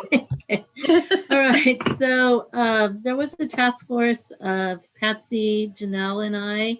And if you kind of think back, maybe 6 months ago when we started down this path, the reason was to help provide clarification because there's several different site visits that can be done. And we really felt like there needed to be better clarification of the statutes and the regulations so that it would be very clear to the nursing program, you know, what this meant, what could be the outcome based on the findings.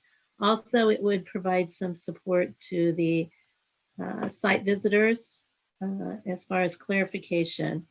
So what you have in front of you on starting on page 164, these are the algorithms that we spent a lot of time mulling over. So hopefully they make some sort of sense to you all.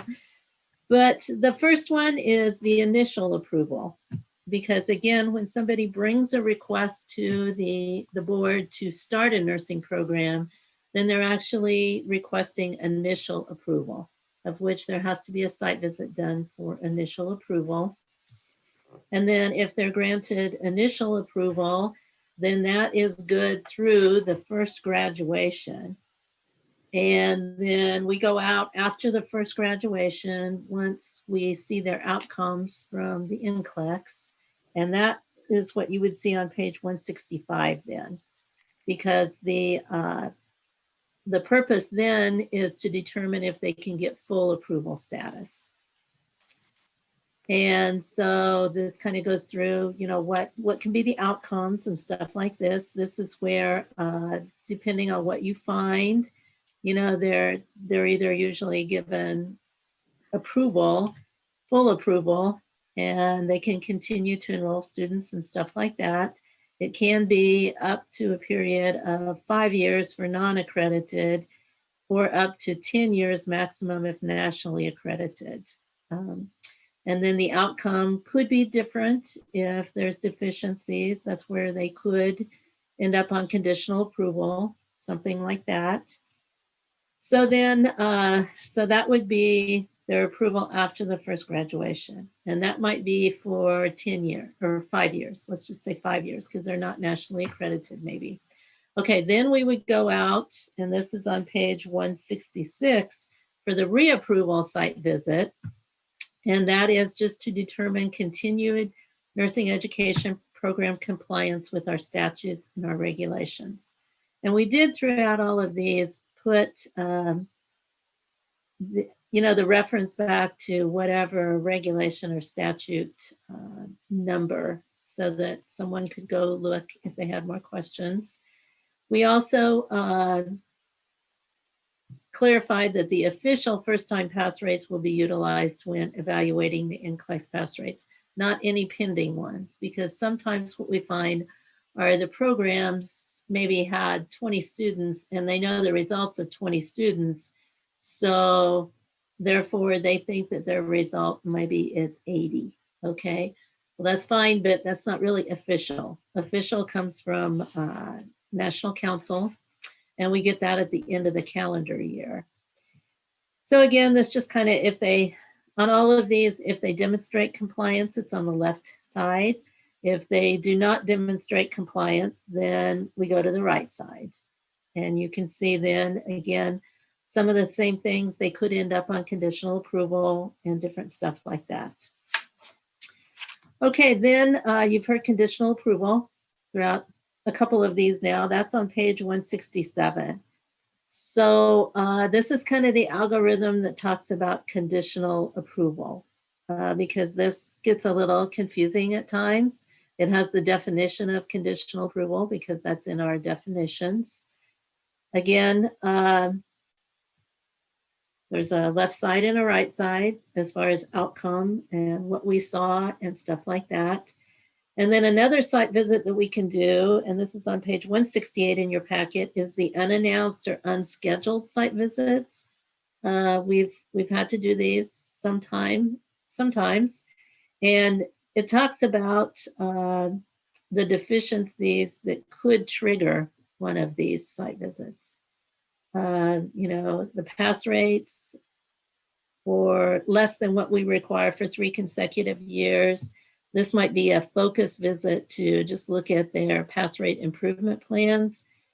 Any nursing program that's placed on warning from their national accreditation or has accreditation withdrawn could be a trigger for an unannounced site visit for us.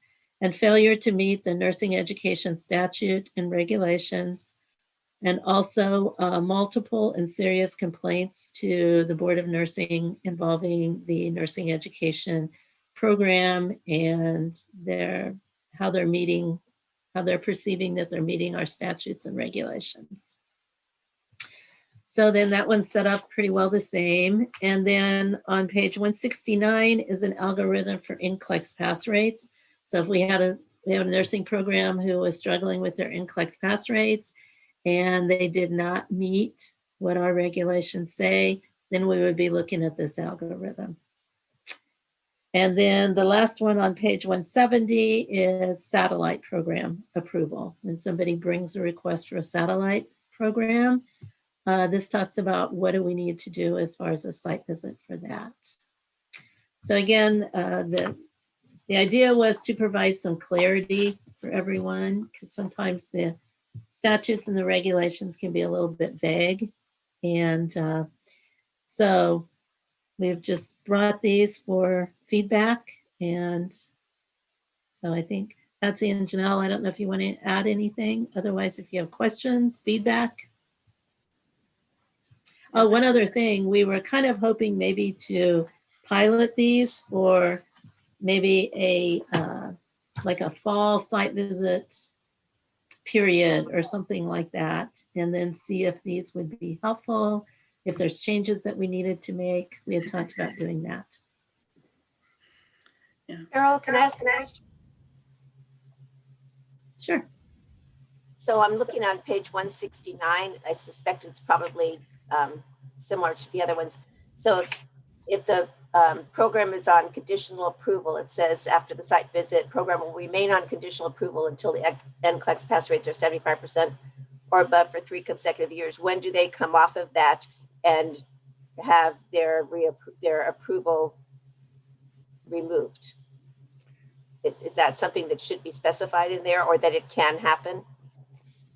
Yeah, we maybe need to provide clarity, because typically what happens then when the Nclex pass rates are reviewed at the March meeting, you know, if there's somebody that's been on conditional approval, but their pass rates now are greater than 75%, which is what we're requesting right now, that we typically make sure that the education committee knows that they were on conditional approval because of those pass rates, and now they have been greater than 75% for 3 consecutive years. And then they come off of conditional approval. So basically a re-evaluation would be done by the board then at that 3-year mark. It's kind of like we, and then they could come off if the board, so a decision could be made after that evaluation of that 3-year period above, if they're above. So if the site has got less than 75% for 3 years and then continues to have that for the 4th year, then what happens? Then there could be another site visit at that point in time, and then something could be brought back to the board after that site visit. It seems like that probably ought to be included in there so that there's an idea of consequences. Okay, no, I think you're right. We a lot of this was due to, you know, to try to also help program administrators know when certain visits would be made. So we can clarify that. So as Carol talked about, when we worked on these, the idea was we would get them to this process right here, or to this presentation right here, and we would typically pilot them a little bit in the fall and see how they really fit the system and see how they worked. Not as the final say, but as a guide for us and the site reviewers, because we have different people go out to do site visits. Not everybody does them all the time. Janelle's usually at every one of those, but so a little more consistency. So we would all be running off one of the same documents, kind of just as a guide. So you got any comments today? We'd be glad to entertain them, or if you want to email, that would be great too. Any suggestions for improvement or whatever. Thanks for that input, Karen. After you work on these for 287 hours, right, Carol? Yeah, something like that. They get a little blurry. So the algorithm just seemed to be the most clear way that we could present this information that seemed to be able to follow easier. So just the start for sure. And then knowing too, if our regulation changes and those go through or are approved, then we'll be doing some other changes to that document, because it will not be like it is right now. That's why we put Carol put the statute and the regulation number there, so we go right back to it and correct whatever we needed to. So any other discussion? I think it's fantastic, and I really appreciate your guys' effort. I mean, I think it's incredibly beneficial and make it much easier when we're doing site visits. It'll also be, I think, much easier for administrators too, to be able to say, okay, this is where we're at. This is what I can expect. So I think it's fantastic. Thank you for all the work you guys have put into this. Well, if it does do that, it will fulfill its purpose. Yeah, for those of us that are type A, I want, the desire would be to have every little detail and you could tell right away what the verdict would be. But the statutes, the regulations do not allow us to be that tight. So we could do in a general form here with the reevaluation as what Karen was speaking to at those times. So, okay, thanks for that, Carol.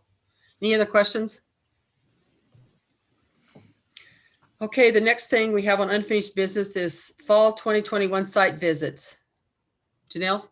Okay, so what you have in your packet is already changed. I do have a couple of changes for the fall schedule, and what I will be doing is sending out an email to those of you who might be affected. And it's primarily Karen, I think, and Christina at this point. But at this point, I only think I have one open spot, and so I'll take care of that with an email. Hopefully I will do that this week, because we do have changes, but otherwise it's a full schedule, and we were very lucky. Most of them are with accreditation, and accreditation was very accommodating in putting them on different weeks, even if they are back to back to back to back to back. So we will be pretty busy this fall. And thank you who volunteer. Do you anticipate these to be virtual or on ground? I have heard a mix. Right now, I've had a couple of them say that they're expecting ASIN to have one person in person with the rest of their reviewers virtual. So actually those are the only two I've heard from, is that's the plan. So I'm kind of assuming that most of the ASIN visits may follow that format, where there will be one reviewer on site for social distancing reasons, with the other reviewers to be virtual. So that's all I know at this point. The one RNA visit with the COA, I think they are, at this point, they are still planning virtual, but that could change. They said that's not a done deal yet, but most of these are ASIN visits. So there's one CCNE, and I have not heard from them whether they plan to be on site yet. I've checked in, need to check in again to see. So ASIN's kind of doing a hybrid, but that's all I have for the site visit schedule. I'll be getting with you all about the final schedule to make sure that it still works for everybody. Any other questions? For volunteering. Okay, the next thing is 21-22 nursing and MHT program site visit schedules. Actually, I think we did that already. And the other one was to decide, I think the previous one was to decide if we're doing visits virtual or in person. I apologize. I jumped in with the wrong thing. So are the schools requesting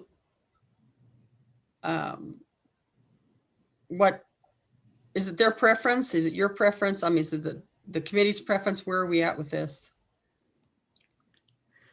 I'll just reiterate what I've heard from schools about ASIN, is that they're planning to have one person on site and the rest virtual. It's kind of been mixed. I haven't heard a strong opinion one way or another. A couple of them have said they would like to see in-person happen again, but others are fine with virtual. So I think it's kind of still a mixed. Most seem okay with doing it either way at this point. So what is the committee's preference? Do we want to direct Janelle, or do we want to let the group that's being visited, the site, with post-COVID crisis, not passed, but in a different state than it was this time last year? Any discussion? I think my tendency would be to say that I'd like to go. I prefer to do the in-person. However, the caveat is that if we have a surge in the fall, that we can relook at those individually.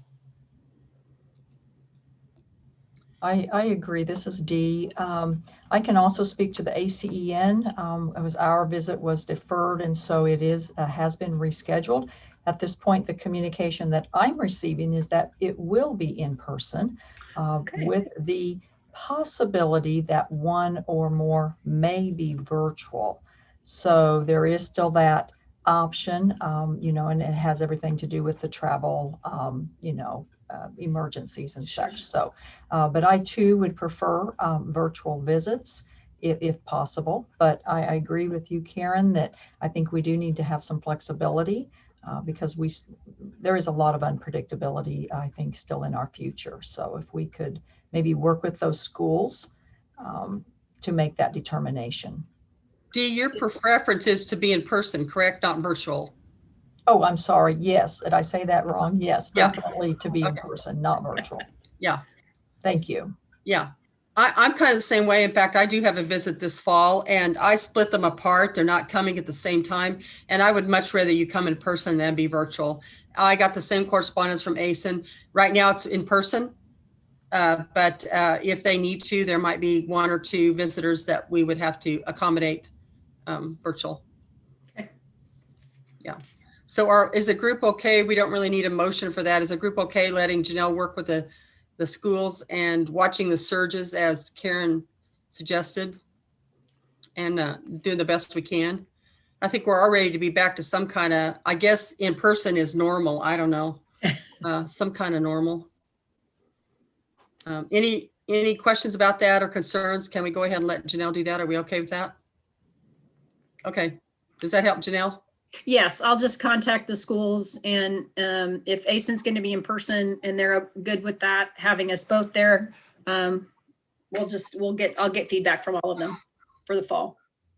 Okay, thank you for that. Mm-hmm. Let's move on to petitions. Petitions for permission to test, retest summary 219 to 514 of 21. Madam Chair, I can go ahead and read a motion if you'd like me to do that. Thank you. Sure. Is there a committee member who would like to make the following motion? I move to approve the petition for permission to test, retest summary from February 19th, 2021 through May 14th, 2021, which includes Hannah Ariso, Agnieszka Dozinko, and Sandra Montoya. I can make that motion. Chelsea, this is Karen. Motion. Do we have a second? I can second that motion. Thank you, Dee. Motion and second. Any discussion? All in favor say yes. Yes. Yes. All opposed say no. Any abstentions? That motion carries. Next thing we have is agenda for September. I think the one thing that I jotted down here was the current report that we will get. Right, that for Colby. We will also, yes, and we should also have results of the annual at that time as well. Okay. Anything else we need to put on the agenda for September? I think tomorrow at the board meeting, there's going to be some discussion about whether that will be virtual or in person or however we can make that work, what we can try, whatever. That discussion will be at the board tomorrow. They'll decide that for us. So we can make some decisions there. Anything else we need? Carol, did we have something else we need to clean up? Okay, then do we need a motion to adjourn? No, ma'am. No, ma'am, we can go. Any other questions we got before we leave? Okay, thanks for your time today. I appreciate your help. Thank you, Carol. Thank you, everybody. Thank you. Bye.